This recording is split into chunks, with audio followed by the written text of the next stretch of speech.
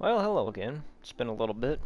Not as long as it's been beforehand, but better to get some stuff out sooner rather than later, huh? And we got some good news and bad news in regards to this. I am now currently out of work since the coronavirus has finally shut us down here in Missouri. The good news is now I got a lot of downtime to put together some stuff, pump out some content, and make a handful of other videos.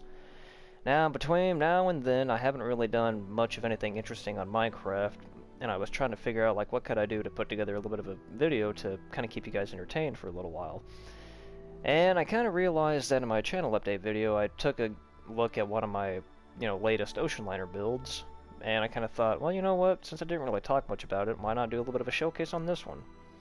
Because it is a little bit of a unique project in itself, and has a little bit of a interesting story to tell. And the ship I'm talking about in particular is my attempt at building a model of the R.M.V. Oceanic from White Star Line.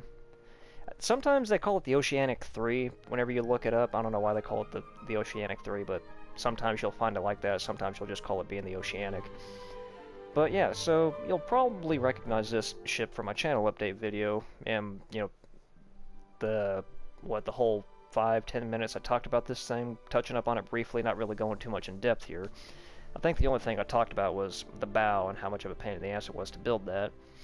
But I kind of figured some people might be more interested in this ship and seeing what it looks like up close, so I kind of figured, you know what, let's talk about this ship. So, the overall kicker that brought this project to light, I mean, at least for me anyway, was a handful of my friends kind of asked me, why don't you ever attempt to build an old school period correct ocean liner?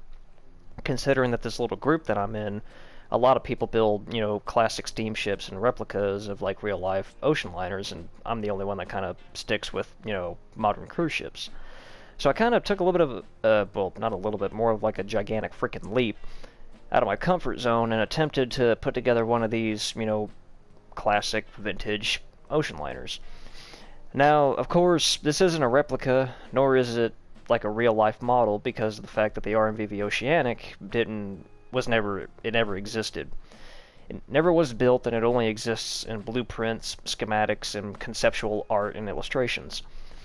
Now, the overall story behind that is the fact that back in the 1920s and 30s, White Star Line was going to commission the Oceanic as being their entry in the superliner competition between the Queen Mary, the Normandy, and a handful of other ones.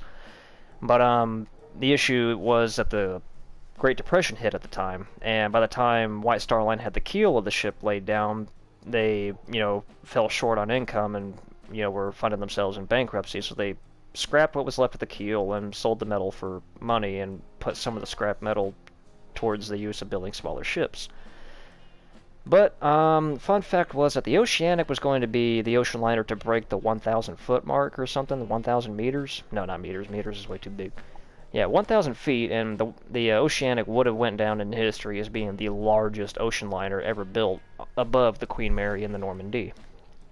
So, yeah, White Star Line would have held their title on building the biggest and, air quotes, best ships. But, yeah, so going off the diagrams and the illustrations that was made for this ship, it was actually kind of hard to put together the overall proportions and kind of what you see sitting right here in front of you, because of the fact the blueprints don't really have very much of anything as far as deck plans go. And there was actually one thing I could point out real quick while I'm up here at the front. There are two different variants of the Oceanic that I found as far as illustration goes, and one of the illustrations shows that the Oceanic was going to have a flat, squared off superstructure, kind of like the Titanic. It wasn't going to have this kind of curvature shape that you see what I went with. And then there were other illustrations that showed that the Oceanic had a rounded front end, kind of like the Normandy, and the Queen Mary kind of going with more organic aerodynamic shapes. And kind of comparing the rest of the illustrations to the overall aesthetics of the ship, I decided to go with the rounded front end because it gives it a lot more of a, I don't know, modernistic, kind of more of a sleek design. Makes it look pretty good in my opinion. I know some people would probably beg to differ that the square front end would be a bit more of a what's the word I'm looking for? Homage to White Star Line. I don't even think that's the word for it, but But yeah, so I went with the rounded front end, and then the rest of the superstructure just kind of carries on through. Now, the portholes and all that stuff I just kind of threw in here, or I didn't exactly throw them in there. I found some diagrams that kind of gave me an idea as to how many portholes were and how far spaced out they were. It's not one-to-one, it's not perfect. I just kind of looked off the photos and just kind of put portholes along the side of the hull and the superstructure that looked like where they would be as far as the pictures go, or the paintings, or the doodlings that people have made. And I'm pretty sure I got enough portholes. And hold on, excuse me. And let's see. As far as the portholes go, that's basically all I got. Now the promenade. Well, I guess before I talk about the promenade, I don't have an interior on this ship. You probably already figured that, and I only kind of got 80% of the exterior done.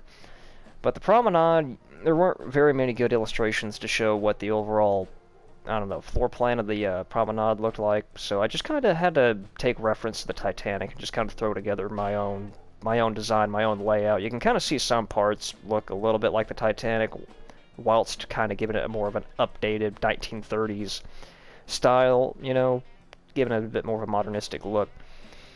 And on top of all this, I did take the liberty of kind of adding my own few little twists here and there, because there is one part that would probably be very controversial of the overall build of the ship, and this would probably be the little part right here.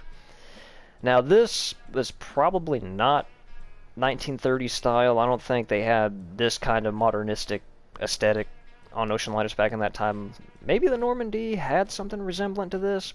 I doubt it, but I don't know, it wouldn't surprise me because the Normandy was pretty fancy.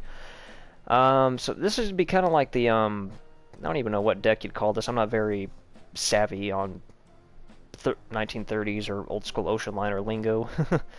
Beginning to make myself sound like a total idiot, but yeah, a big old sun deck that kind of has a little bit of a dining, or an outdoor dining. This has no function whatsoever other than just for looks. Wouldn't protect anybody from the rain if that came through.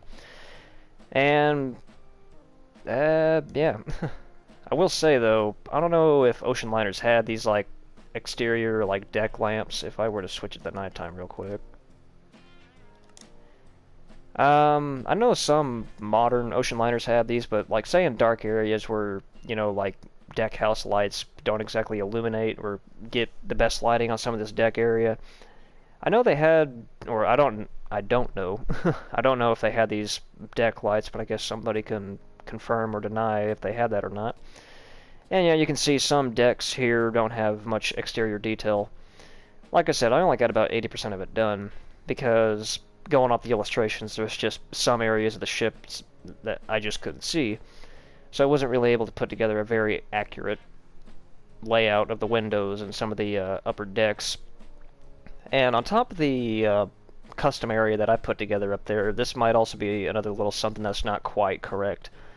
On the back of the superstructure, I couldn't find any photos that gave, I don't know, the portholes or window layout on what the back of the superstructure was, so I kind of decided to make up a little bit of something interesting, a little bit more modernistic in a sense, where it's kind of like there would be like a big old dining area, like a dining hall back here, if I put together an interior and you have these multi-level, you know, windscreens or, you know, big windows that people could see through.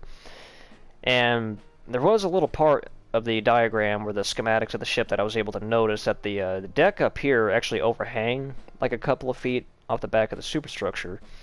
So rather than just having it hang there, I wanted to try to give it some kind of support to make it look like it wouldn't be like, I don't know, too unrealistic in a sense. So I kind of came up with this.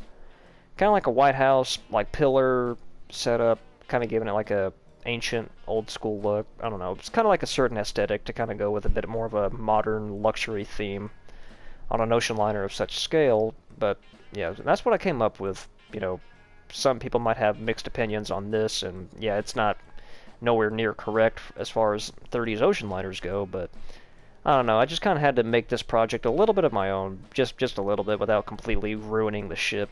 It's not noticeable, you can't really tell it's there until eventually you fly that way. So, let's see, I guess there's really nothing all that much to talk about as far as this ship goes, considering all I have is the exterior, which comes as to no surprise to nobody, because I don't really do interior on a lot of ships. But, let's see, that's basically all I can come up with. The only other thing that I can mention to you is something else that was kind of a first for me was putting together all this rigging on the ship. It'd probably make it easier if I put it back to daytime. Now, I do have a fellow friend of mine in a community that I'm in that he's pretty good at doing this rigging, and I kind of took some reference off some of his work and tried to see if I could incorporate some of the design techniques into putting together this rigging. And I did kind of fiddle with rigging before on some ships, like the modernistic Titanic rebuild, but I was using web instead of like glass panes. And web, yeah, it looks, I mean, yeah, you can tell it resembles string, but it just doesn't look right. And considering the fact that mast rigging was kind of black or either white or just steel cables, it seems like a lot of people nowadays use glass panes to put together rigging on older ships. And I will say, one of the toughest parts about putting together some rigging is kind of getting like the, like, I don't know, the slack in the line, kind of giving it like right here. You can see that, yeah, it looks like it connects here. It like sags and like curves back up and connects to the wireless, yeah, the wireless communicator mast, whatever the hell that's called. And it gives it the realistic look that the cable is slacking, like it's not like tight or tensioned, kind of like these other cables up here, which are almost like perfectly angled at a perfect degree, alongside like the crane rigging and cargo mast and all that stuff. And you can also kind of see it in the I don't even know what these lines were called. Comes to show what I know about old school ocean liners, but yeah, you can see it up here. It's got that slack and that hang, you know, kind of making it look a lot more realistic. Got a little bit of a pain in the ass to put together that kind of pattern using glass panes, especially also with this. This kind of looks weird, but it's just because of how the glass panes connect. So that's basically all I've really got to show as far as this ship goes. I know some of you were probably just wanting to take a little bit more of a closer look at the overall model, and it's a pretty big ship. It's not the largest I've done, but it's probably one of the most organic and one of the most fluently shaped or more detailed modeled ships I've ever put together alongside my MS Poseidon. But I will say I did have some fun with this one. It was kind of a challenge. It kind of proved to myself that, yeah, I'm capable of putting together ships like this, and perhaps maybe whoever watches my videos, you might kind of be more or less interested in seeing me build more of these. You know, you can always let me know down in the comments whether you like these older ships, or if you like the newer ships, or if you want me to return to something. But that pretty much sums it up as far as this ship goes. So, here it is, the Oceanic. Probably not quite where you want to see, but it's something to say the least, and now that I have a lot of downtime, I'll be able to get back to some of my other projects. So, you know how the typical whole outro goes, you know, you take care, have yourself a nice day, and I'll see you sooner rather than later. Hopefully, if I'm not too lazy to make a video. Alright, bye-bye.